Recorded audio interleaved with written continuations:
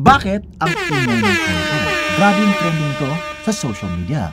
Maraming influencer, celebrity na katulad ko ang gumagamit ito. Ito pala si Honor 200 Pro. This is a high-end phone with high-end specs. And the specs are just sobrang lupit. Ito naka Snapdragon 8S Gen 3. Meron siyang quad curve AMOLED floating display, 120Hz, na 2.7K resolution, 4,000 nits of peak brightness. Also has amazing cameras. Actually, the phone is all about the camera, dubbed as the AI Master Portrait, in collaboration with Studio Hardcore from Paris. Yung sa France, hindi yung kinuha.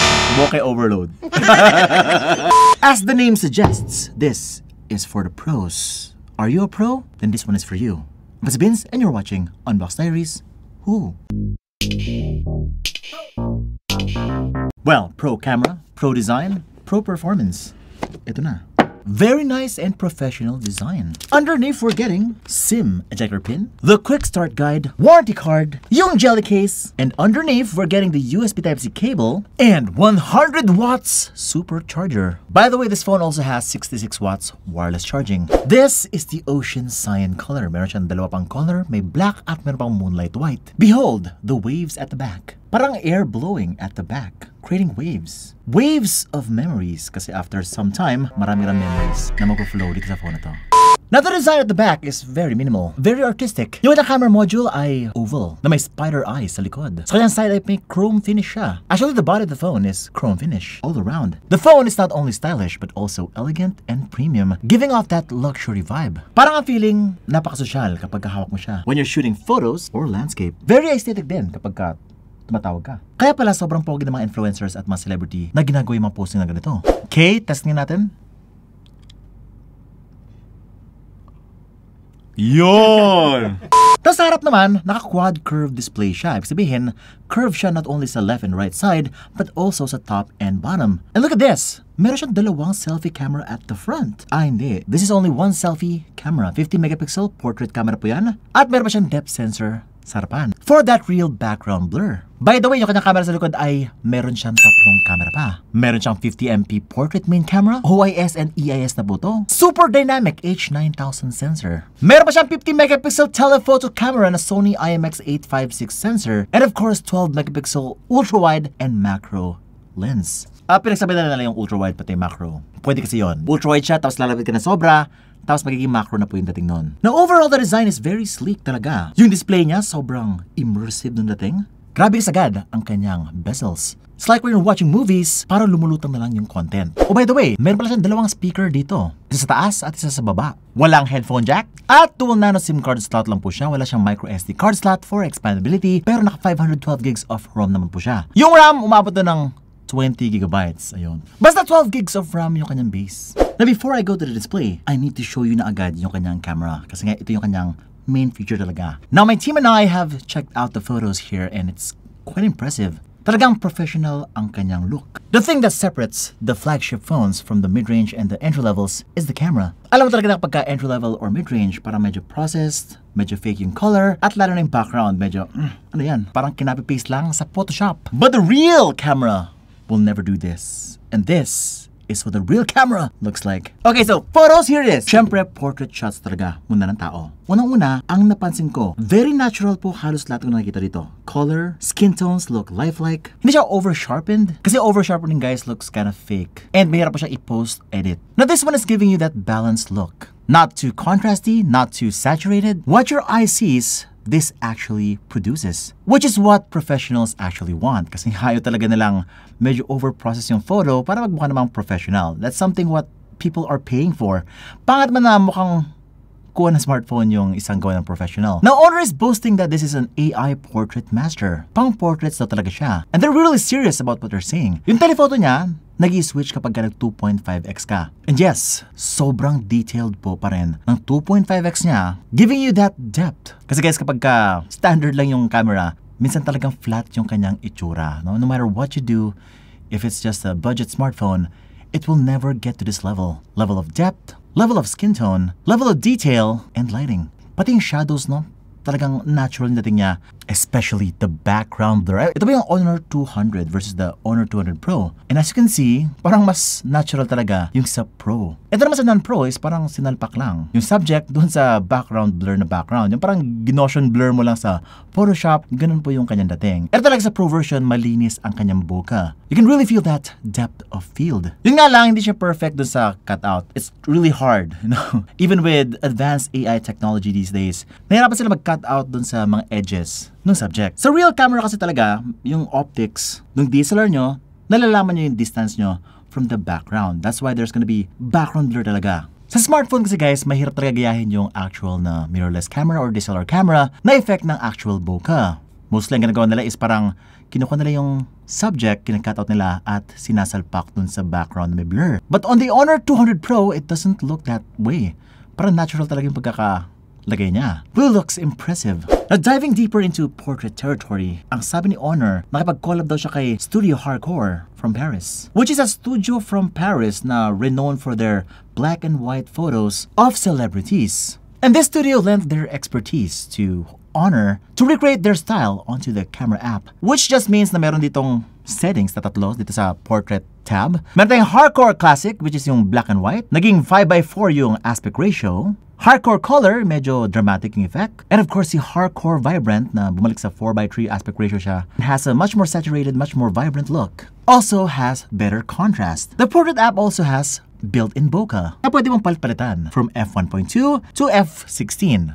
Well, artificially. Now, there have been a lot of camera brands out there na nag-offer ng telephoto, portrait shots, sinasabi na portrait master din sila. But I think this phone's camera is quite special. It provides a lot of settings that will help you create more beautiful images. Grabe, yung kanyang versatility. Meron pang ultra-wide angle. Ito pa yung tsura nun. Matindi rin yung kanyang dynamic range. Really good at handling those extreme lights and very dark places. At night, very clear ang kanyang image. Here's a photo of the night mode. Very sharp and very usable even in low light. Yun nga lang, no, hanggang 2.5x lang po yung pinaka-sharp niya na image, which is the optical zoom. Anything further is the digital zoom na po, which is kind of blurry kapag the more you zoom in. Oh, by the way, excellent stabilization kahit 50x. Up to 50x yung kanyang digital zoom. Hindi mauga ang kanyang 50x zoom. Wala lang siyang upscaling na nakikita ko from more advanced flagship smartphones na after mo mag-take ng photo, parang hindi niya in-enhance further. Well, at least for the viewfinder I'm seeing here. Pero ito nagulat ako sa video. Ang video niya is up to 4K 60 frames per second. Tapos meron siyang 4K 16:9 at 4K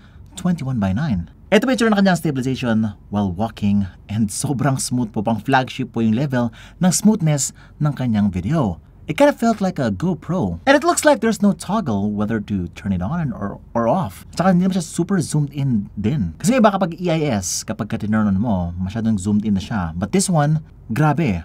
I just think that it's always on, yung kanyang OIS and EIS, which is incredibly smooth when you're looking at the video. Meron din siyang video bokeh, pero up to 1080p 30fps lang po siya. Meron din siyang AI video, pero up to 4K 30 frames per second lang. Ito yung ginagamit kapag medyo madilim. Ayun, so may ginagawang magic yung AI niya kapag sa video. The video quality is pretty nice. Just not DSLR nice, ayun. Pero if you actually combine yung DSLR plus yung gimbal, plus lighting pa siguro kasi guys, very bright po yung mga videos dito. Parang tinaasan yung brightness ng konti.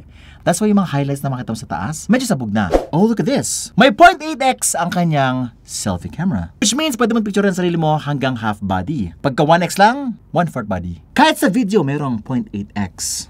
This is the quality I'm getting for the selfie camera. Okay ba siya pang vlog? Okay na okay yung color, no? Hindi siya bluish. Ang ganda ng skin ko dito. And what about the microphone if I'm very close? And yung beautification is working. Not too harsh. Pretty clean. Pretty fresh. Mukhang bagong ligo ako. Nice. Now this thing is not only a great camera smartphone, but also great for entertainment, great for gaming. At may Google na. At sa YouTube, ito yung tsura niya. No? Very immersive yung dating, up to 4K 60 frames per second HDR. Available po dito. Now the volume is very loud. Actually, pagka naabot mo yung 100%, it has this special final volume bar na umabot ng 200% volume, which is dinidoble nga yung lakas ng speaker. Although loud yung speaker, very boomy, very clear din yung kanyang highs. But it's not the loudest I've heard. I've heard a lot of great flagship phones talaga. Siguro nga top 8, yun. Top 8 yung sound quality niya. But meron siyang magic dito sa kanyang pill-shaped selfie camera. When you're playing YouTube, ginagawa niya yung parang kay iOS, no, yung Dynamic Island.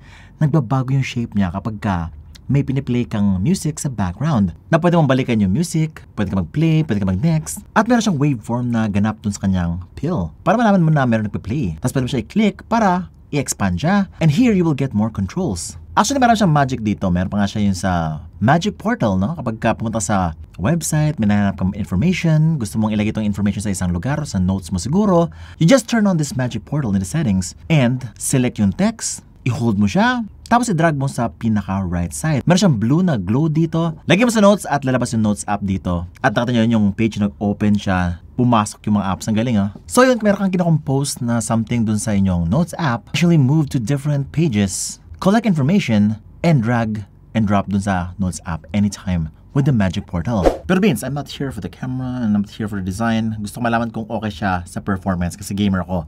Well, ito na. Una-una, Snapdragon 8S Gen 3, umabot ng 1.2 million points and 2 benchmark. And the performance you're gonna get on this processor is pretty impressive. It may not be as fast as the last year's flagship 8 Gen 2, but it can pretty much play any game in the Play Store smoothly. Of course, syempre Snapdragon 8S Gen 3, very smooth. Mobile Legends, ito po yung tsura, ultra, agad-agad. Latest namin, sobrang smooth po ng gameplay. Perfect for all of you Assassin users out there. Call of Duty, walang problema, sobrang smooth din.